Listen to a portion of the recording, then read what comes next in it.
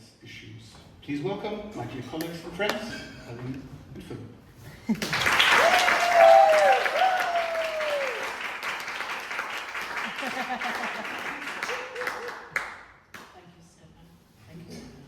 Can you hear me? There we go. Hello, thank you. Nice to see quite a few chairs filled there. Philip's going to start us off. Hello. It's great to be back here for the third time with the Art of Compassion Project exhibition. We'd like to thank IART for having us back again, and I'd like to thank Helen for coming up with such a long and complicated title for this talk, which forced us to do a lot of research into this fascinating subject. Now, we know some of you won't be familiar with the Art of Compassion Project, so we'll just start with a quick introduction about our group. Then we'll talk a little bit about the historical use of art within social justice movements, and we'll examine the role of art as a tool in the fight for animal liberation. Just a note, we'll be showing some artwork in our slides today, but nothing of a graphic nature. The AOC was started by just one dedicated artist, our founder, Lee Sanders. After Lee completed her first Veganuary challenge in 2014, she was inspired to find a way to raise money for the charity which had been instrumental in her journey to living vegan. Through social media and internet searches, she found several like-minded vegan artists who were delighted to join her in using their art for change. The initial plan for a coffee table book of vegan art came to fruition 5 years later and is an eclectic body of 180 artworks. The project has grown into an international community of almost 200 artists coming together to raise the questions of animal rights through their creativity. All of our projects raise funds for vegan charities across the world. To date, the collective has donated over €18,000 to 48 different sanctuaries and non-profits, with exhibitions, online auctions of art prints, projects like our animal oracle cards, calendars, and of course our popular namesake book that you can see on the screen. Our 2025 calendar will be raising funds for Animals Asia. We've exhibited at vegan events all around the world with the group's artists as volunteers, mainly us. According to our biggest supporters, VegFest UK, around 30% of those attendees at the UK events are non-vegans, which means the work is being seen by those people we're hoping to target. We have 2 exhibitions coming up in London this year, one being a brand new vegan party conference in 3 weeks, which promises to be a space for activists to collaborate on our shared goal for animal liberation, so not unlike this weekend. Funds from those 2 shows will be donated to Sulala Animal Rescue in Gaza.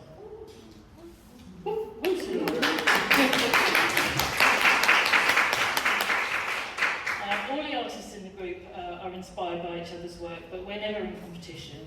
We learn, improve, and feel supported by being in a collective where every person is using their craft for good. We're lucky to have some incredible artists in the group, which currently represents a massive 28 countries.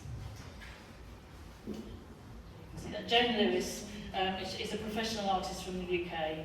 She addresses really head-on some grim subjects in her work, specialising in intricate oil paintings and subtle, evocative charcoals, which tempt the viewer to look closer.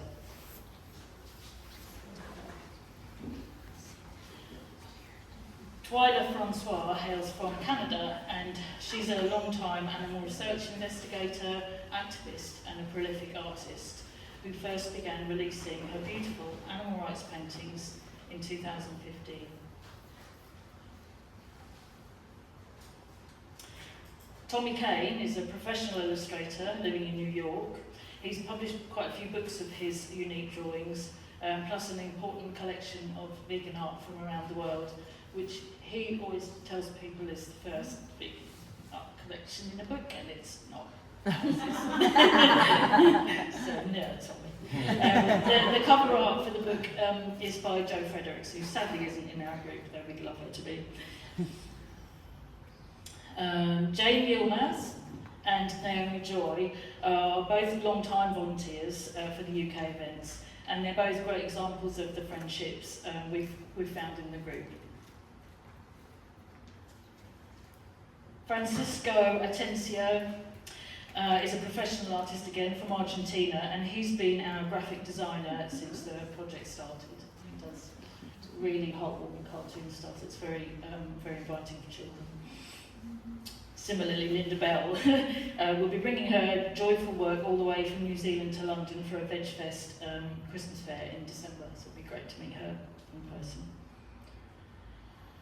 You can read more about us on our website, and we've got a sample copy of the book, the Art of Compassion book, on our store and room too, if you'd like to have a look. Now I'll hand you over to Philip. Historically, the use of art for social justice goes back generations, and we can't possibly hope to cover it all here, but we'd encourage everyone in our movement to check out a bit of this history for themselves. If you search for protest art online today, you'll find so many amazing examples, historic and current. Art has been used worldwide in campaigns for civil rights, anti-war, women's rights, LGBTQ rights. The list is endless. Art has the power to create change by inspiring, informing, and ultimately galvanizing people across all socio-economic backgrounds to come together for a cause. As far back as ancient Greece, playwrights made use of their staged dramas for their political, social, and moral teachings, and no doubt some of it was centered around the injustices of the day. The clenched fist, so well known and a part of the logo for this conference, is universally recognised and has a weighty history. It can be highly embellished or reduced to a very simple graphic form, yet just to see it, we know it represents an uprising, a symbol of solidarity against oppression, and in that way it is one of the most successful themes ever in protest art, with the potential to bring different movements closer towards a revolution for justice. So here are just a few examples of the many forms which protest art takes. You may have heard of the Guerrilla Girls, an anonymous group of feminist artists who have been fighting against the history of patriarchy in the art movement for over 30 years. The core of this group's work is bringing gender and racial inequality into focus using culture jamming in the form of posters, books, billboards, and internet interventions. They deploy so-called guerrilla tactics and have a healthy sense of absurd humour, concealing their identities by wearing gorilla heads. In a major museum in Bristol City in the UK, as part of a permanent exhibition about the history of the slave trade, there is a large statue of a man lying on his back, covered in graffiti, and surrounded by Black Lives Matter placards and banners. Prior to this, the statue had been displayed in a prominent public place in Bristol city centre since 1895, before being torn down by the crowd at a Black Lives Matter protest and thrown into the water of the harbour in June of 2020. The statue commemorated Edward Colston, a wealthy English merchant and slave trader. As a member of the Royal Africa Company, he shared responsibility for the forced transportation of over 84,000 men, women and children from Africa to plantations in the Americas. The figure was retrieved from the docks, and his final resting place in the museum is a protest art installation.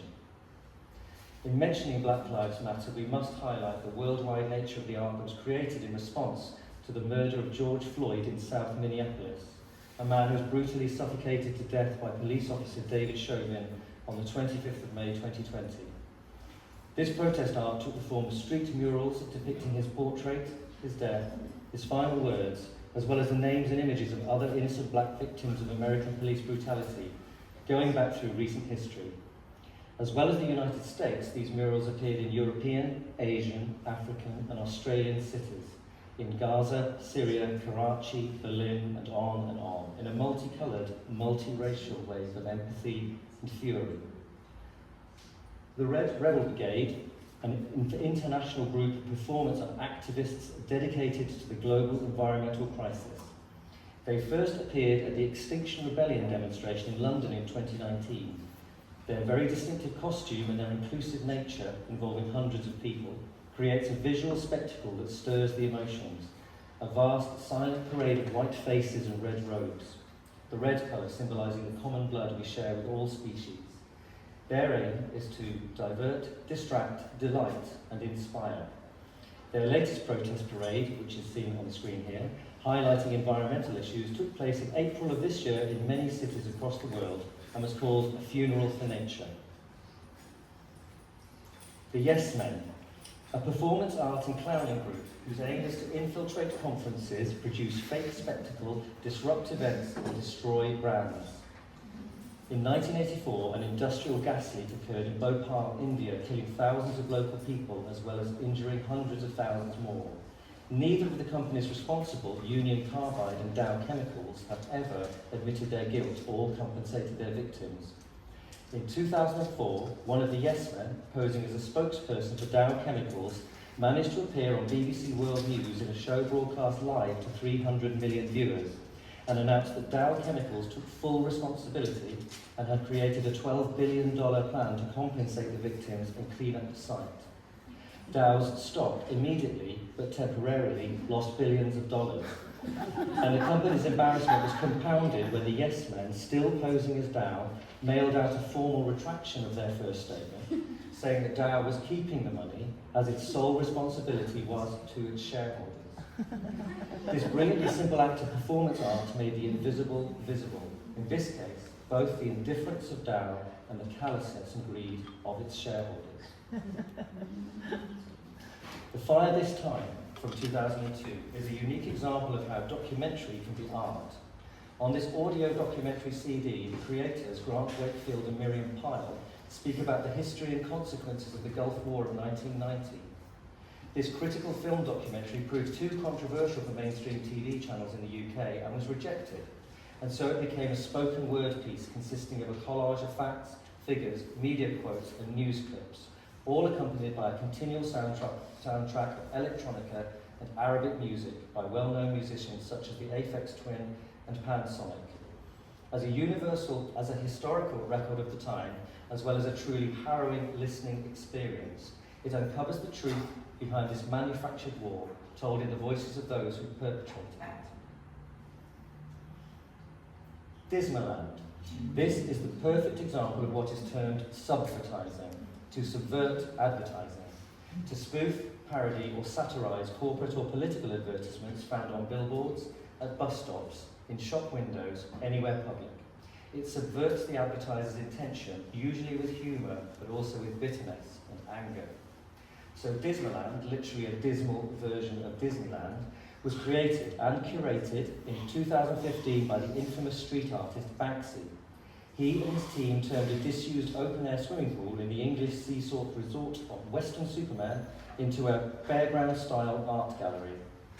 It was full of counterculture art from all over the world and had over 150,000 visitors, including Brad Pitt, who wasn't next to me in the queue, I can tell you that. I would have noticed. With bands such as Pussy Riot and Damon Albarn performing there. The whole experience was an overwhelming blast of sarcasm, black humour and intelligence, with provocative and wildly creative paintings, sculptures and performance art.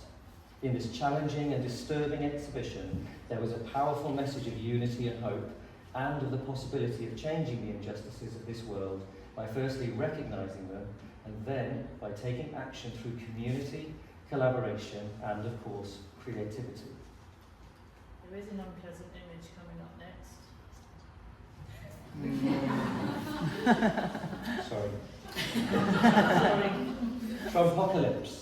This was an image displayed on a huge billboard in Phoenix, Arizona in 2017, depicting a demonic-looking Donald Trump flanked by nuclear mushroom clouds and Nazi swastika dollar bill signs.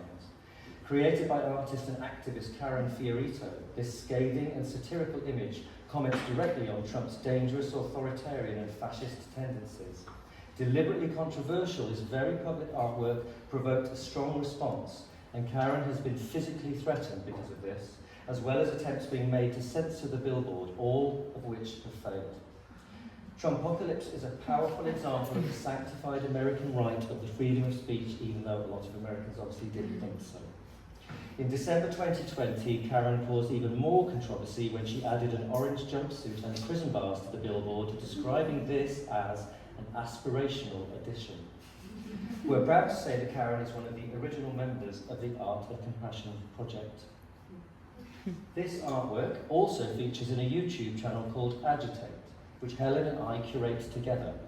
This is a growing collection of videos showcasing some of our favourite protest art from around the world, covering subjects as varied as vivisection, fox hunting, and the heroic public resistance against the fascist government in Belarus. Have a look at Agitate Art on YouTube, Facebook and Instagram to find out more. Our final example is an actual painting. Guernica. This famous oil painting by Pablo Picasso was painted after the Spanish town of Guernica was bombed by German Nazis and Italian fascists in 1937. At 3.5 by 7.5 metres in size, it's an imposing and impactful anti-war statement, and a tapestry replica of this iconic piece hangs in the United Nations building in New York. This same tapestry was covered by a curtain in 2003, just before US Secretary of State Colin Powell addressed the UN to announce American plans to invade Iraq. UN officials denied that they were intentionally hiding this artwork, claiming that television crews said it made a bad backdrop for their cameras. But since Guernica is a clear statement about the horror of war, it seems painfully obvious that censoring it speaks of a tacit admission of guilt and shame on the part of the American administration, as well as demonstrating the enduring power of protest art. In a critique of this event, Guernica was referred to as an inconvenient masterpiece, a description that could equally apply to all protest art. Picasso did acknowledge in his painting that animals such as the bull and the horse suffer as much as humans in war. But the way animals have been represented in art, often with sentimentality rather than empathy, has normalised our use of them for generations. Even a quick trip to any supermarket reveals that art is actually used extensively against other animals. These packages, with false scenes of pastoral peace and happy animals, along with assurances of high welfare, are just clever stories, which have been specifically designed to appeal to our cultural need to believe that all is well.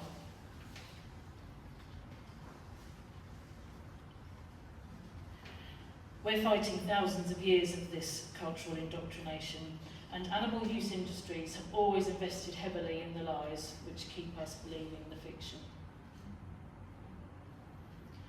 Economic structures, social conditioning, and the cynical marketing of animal bodies has left the majority of the population believing that other animals are not only entirely here for us to use, they're also willing participants in their own enslavement.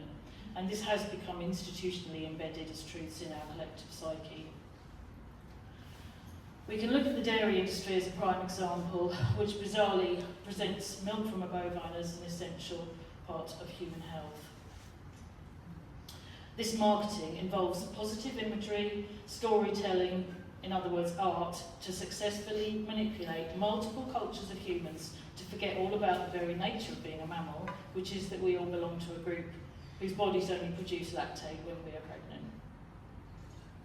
We've all had those unbelievable conversations where folks don't seem to even know there must be a baby cow somewhere who's deliberately been left out of the picture along with all the other harms. What activists are fighting for is to expose that misinformation, disrupt the status quo which keeps everyone comfortably numb, and tell the real stories, which will liberate other animals from that harmful, dominant worldview. Imagery is our strongest tool. It appeals to the viewer on an instant emotional level, especially in a world where we all have little free time and short attention spans. Art as activism in all its forms creates a truthful narrative, and the single objective for the artist is to have that work seen and shared. This is illustrated perfectly with this image from Twyla Francois from a collection on her website, which Twyla gives free to download if used for non-commercial purposes. When our art hits social media, it becomes a free agent. It belongs to no one, yet it's available to everyone. Art becomes the advocate because it doesn't just illustrate an idea, it plants the seed. Troll activity on our posts proves to us that non-vegans are increasingly threatened by this message. So thanks to algorithms and trolls, more folks than ever are having these images put into their minds and hearts where those seeds have potential to grow. Art has no language barriers, and it can act as a bridge between us and the viewer, allowing them to observe what is normally either out of sight, heavily censored, or downright lies. It's a perfect example of non-violent protest, and it aims to educate, to encourage empathy, and promote critical thinking. As activists, we bear witness daily to the endless war on animals, and it can seem that our small part in the fight brings minimal victories. We believe that to creatively resist alongside our fellow animals is to practice solidarity with them, and resistance is what makes change. We are all the raised fist alongside the raised paw in the up logo. We've got a few examples of ACTIVISM, as we call it, for animals. At the turn of the 19th century, animal welfare groups in the US and UK used art quite heavily in their advocacy, and they even ran poster competitions for the best designs illustrating humanity and inhumanity to animals. And these were then printed in their propaganda magazines. Even though this work came from a welfarist viewpoint, which we don't advocate for, it certainly raised awareness and was likely a springboard for the early abolitionists. We can't talk about animal rights art and not mention Suko. Her intensely graphic illustrations have been an inspiration for many of us, and since the 1970s she's focused on exposing the role of capitalism's influence on animal use industries. She's published several books, some examples on the slides here, and her incredible body of work has supporters worldwide. The singer-songwriter Jen Armstrong, who records under the name Vegan Queen V, is an effective and successful animal rights singer. She addresses environmental and animal agriculture issues in her songs, but despite these heavyweight topics, she creates memorable melodies combined with poetic lyrics, making her music appealing despite the hard-hitting messages. We first met Jen at Brighton Veg Fest in 2018, where she won the song competition with a heart-rending song called What Hell Is Like. It's a beautiful song in its own right, but it's also a deeply affecting call to arms. If you haven't heard it, it's called What Hell Is Like. Look it up on YouTube. Sirens of the Lambs was a mobile art installation which took place in the meat packing district of New York City in 2013. It's another one by Banksy. This took the form of a truck normally used to transport farmed animals to the slaughterhouse, but instead of real animals, it contained fluffy toy animals. As it drove around the city streets, those cute puppets leaning out of the gaps in the metal sides of the vehicles continually squealed and cried out. It was impossible to ignore, and it was described as both hilarious and horrifying. It's a truly confrontational and disturbing art piece, highlighting our cognitive dissonance in the way we love and cherish animals whilst condemning them to death. Humour has traditionally always worked well to point out human hypocrisy. A great example comes from Vegan Sidekick, whose satirical comics brilliantly point out the absurdity of defending animal use. They also have a freely shared folder on their website where anyone can access the comments. The best part is that literally anyone can be an art activist. Art is accessible to all, it can be cheap or even free to make, and it can be a community bonding exercise. Our group is combined mainly of visual artists, meaning we paint, draw, sculpt, etc. But art can be, as you've seen already, telling stories, writing, performing music, photography, filmmaking, all that and more. Using our creativity for a cause is only limited by our imaginations. Everyone who's presenting here this week has crafted work about what makes them passionate. So congratulations, we are all artists.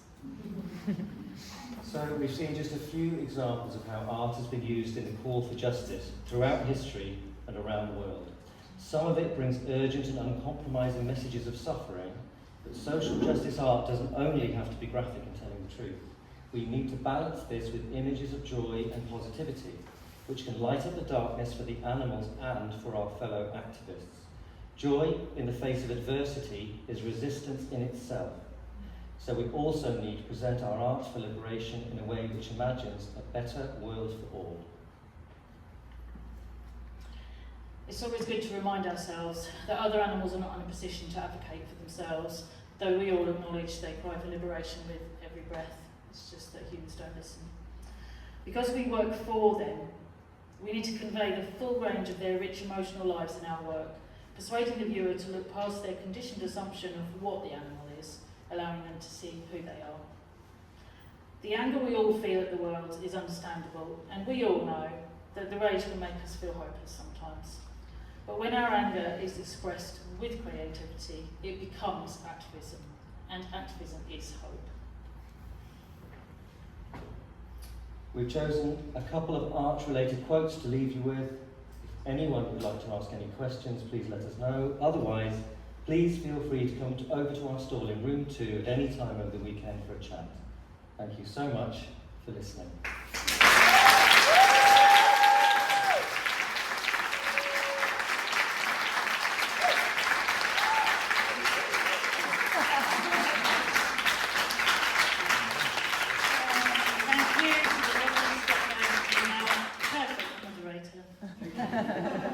Thank you so much.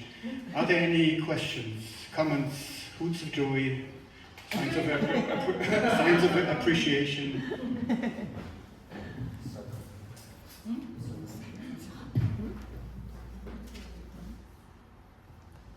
Hello, thank you for this presentation. I'm myself an archivist, and I sent an art picture to a website that any artist can contribute to. It's the endofishing.org website. It's a World Day, it's the World Day for the end of fishing, and it's, I think, in something like 20 countries, and anyone can send their art to this website. And have you joined the Art Compassion yet? Yeah. Oh, Have I joined what, sorry? are you the artist? I'm only one of the many artists on this You can join the website. Art Compassion too. Thanks. But no, thank you for that. That's great. Questions, comments? You know where we are if you want to. Yeah, You can talk to Helen and one-to-one Philip questions. We're in room 2. one-on-one. Yeah, when we're not standing up here, we're a lot more chatty. So. Oh, listen.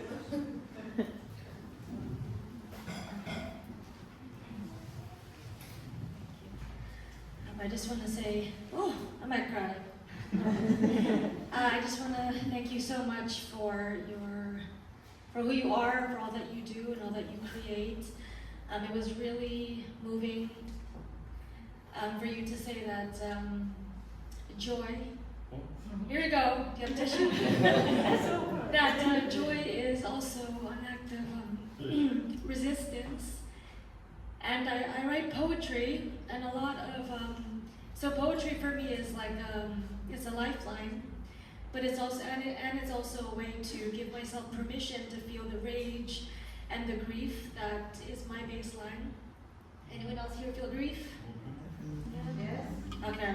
Nobody's crying. Come on.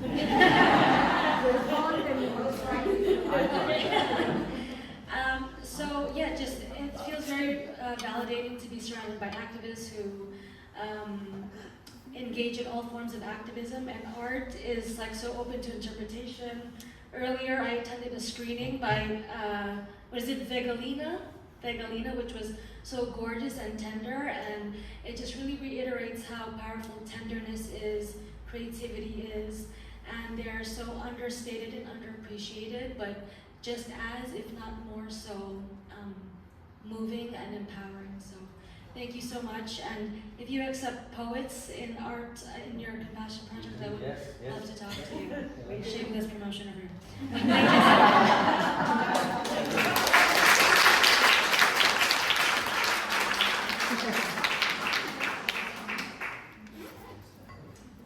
Two more contributors to your pitch. Yes. Maybe we should just end with one. I just heard this recently, which would echo what you were saying. I went to a talk by Chris Packham, who's the UK naturalist who lots of people might know, a very inspiring figure. And he ended his talk, so we copied it really, with winning is not giving up. That simple phrase, and he said, and I will never give up. And everybody was emotional as you are, so we were just echoing that because I think it bonds us all together. Sometimes you just don't give up, and that's all you can do on some days, and other times you do win. Let's hope for more wins. Yeah.